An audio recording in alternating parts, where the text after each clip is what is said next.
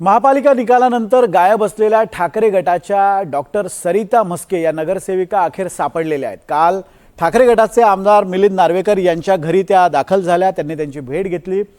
त्यांना जेव्हा विचारलं की त्या कुठे गेल्या होत्या, त्यावर त्यांचं असं मत होतं की आमच्या वरिष्ठांच्या आदेशानुसार आपण फोन बंद ठेवून देवदर्शनाला गेलो होतो।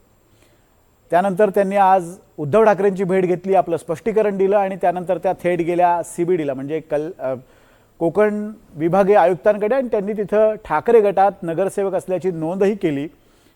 पण दिसतंय तितकं हे चित्र सोपं नाहीये किंवा सहज नाहीये, यामागे काही राजकीय घडामोडी सुद्धा आहेत। आपण पाहूयात।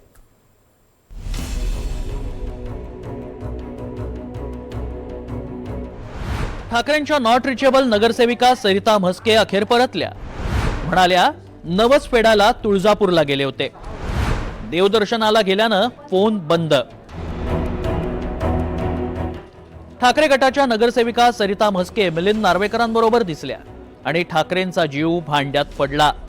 नगरसेवक पदाची नोंदणी करायला एकीकडे ठाकरेंचे नगरसेवक कोकण भवनला निघाले होते, त्याचवेळी सरिता म्हस्के या गायब होत्या आणि नॉट रिचेबलही होत्या।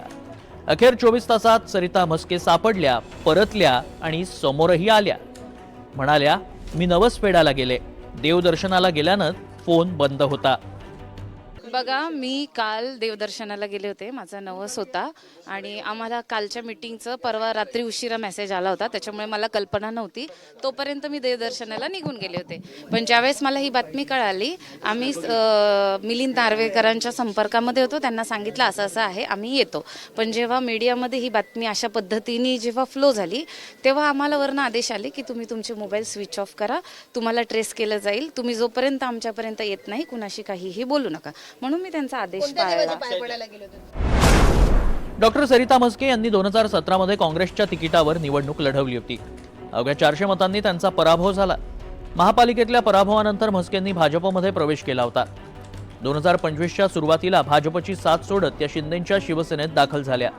महायुतीच्या जागा वाटपात प्रभाग क्रमांक 157 ची जागा भाजपकडे गेली।